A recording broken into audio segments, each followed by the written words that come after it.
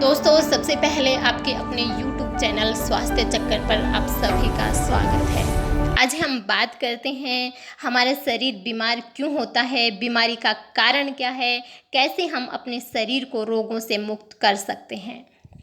तो आप इस वीडियो को अंत तक गहराई से समझना, एक बार, दो बार, तीन बार, क्योंकि अगर आपने इसको अच्छी तरह से सुनकर समझ लिया तो आप अपनी बीमारी का इलाज स्वयं कर लेंगे और बीमारियों से भी बचे रहेंगे। तो दोस्तों, हमारा शरीर स्थूल और सूक्ष्म दो रूपों में बना होता है।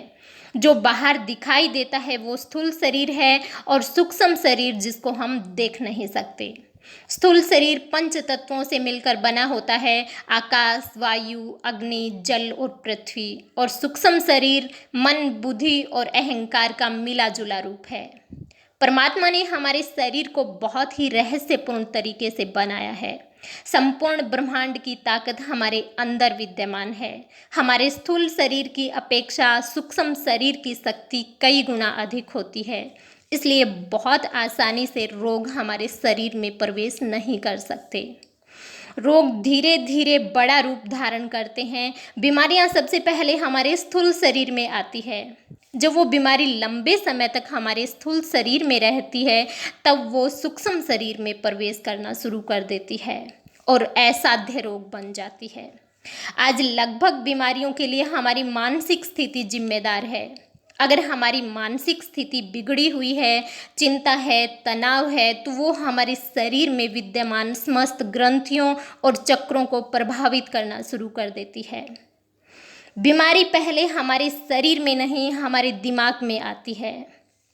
हमारे शरीर में मुख्य रूप से 7 चक्कर होते हैं: मूलाधार, स्वादिष्टान, मणिपुर, अनाहत, विशुद्धि, आज्ञा और सहस्त्रार।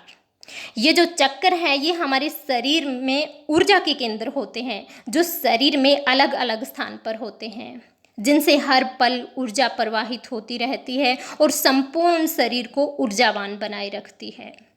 इन ऊर्जा केंद्रों के आसपास ग्रंथियां होती है, जिनसे एक विशेष प्रकार का हार्मोन निकलकर खून में मिलता है। इन ग्रंथियों का सीधा संबंध चक्रों से होता है। ये चक्कर ही ग्रंथियों को नियंत्रित करते हैं और ऊर्जा देते हैं। हमारे दूषित खान पान, चिंता, तनाव आदि के कारण चक्रों का संतुलन बिगड़ जाता है, तो हमारे शरीर की समस्त ग्रंथियों को ऊर्जा नहीं मिल पाती, जिसके कारण इन ग्रंथियों का संतुलन भी बिगड़ जाता है और हमारे शरीर में बीमारियां बढ़ने लगती है। अब हम जानते हैं कि कौन सी बीमारी कैसे होती है। सबसे पहले हम बात करते हैं मूलाधार चक्र की। ये चक्कर हमारे शरीर में रीढ़ की हड्डी के अंतिम छोर में होता है, जो हमारे भौतिक शरीर को नियंत्रित करता है। ये रीढ़ की हड्डी जनन अंगों, अधिवक्र ग्रंथि आदि को प्रभावित करता है और ऊर्जा देता है। जब इस चक्कर का संतुलन बिगड़ जाता है तो अधिवक्र ग्रंथि का भी संतुलन बिगड़ जाता है, जिससे जोड़ों का दर्द, रीढ़ की हड्डी के रोग, रक्त रोग, कैंसर, ल्यूकोरिया, एलर्जी, उत्साह में कमी, बेजान शरीर जैसी अनेकों बीमारियां पैदा हो जाती है। बढ़ती हुई उम्र के साथ बूढ़े व्यक्ति का मूलाधार चक्र कमजोर होने लगता है। इसी कारण शरीर कमजोर, रीढ़ की हड्डी झुकी हुई और जोड़ों में अधिक दर्द होता है। दूसरा चक्कर आता है स्वादिष्टान चक्कर। ये चक्कर जननांग क्षेत्र में होता है, जो काम अंगों और मूत्राशय को नियंत्रित और ऊर्जित करता है। इस चक्कर का संतुलन बिगड़ने पर उत्सर्जन व जनन संबंधी विकार हो जाते हैं। इसके अलावा संतान न होना, हर्निया, मासिक धर्म में अनियमितता आदि रोग हो जाते हैं। तीसरा चक्कर मणिपुर चक्कर होता है।